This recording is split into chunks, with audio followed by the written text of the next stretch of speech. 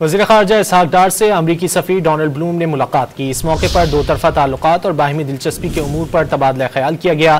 مزید جان لیتے ہیں ڈان نیوز کے نمائندے عبداللہ محمد سے۔ عبداللہ، کیا تفصیلات ہیں اس اہم ملاقات کی؟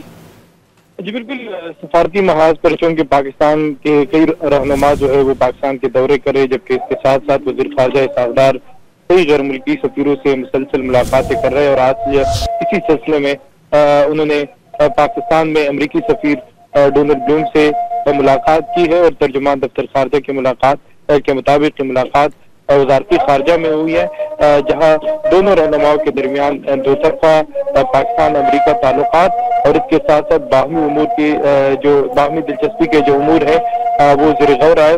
وزیر خارجہ اسحاق ڈار اور امریکی سفیر نے اپنے ملاقات میں ان دونوں موضوعات پر بات کی۔ جی بہت شکریہ ان تفصیلات کے لیے۔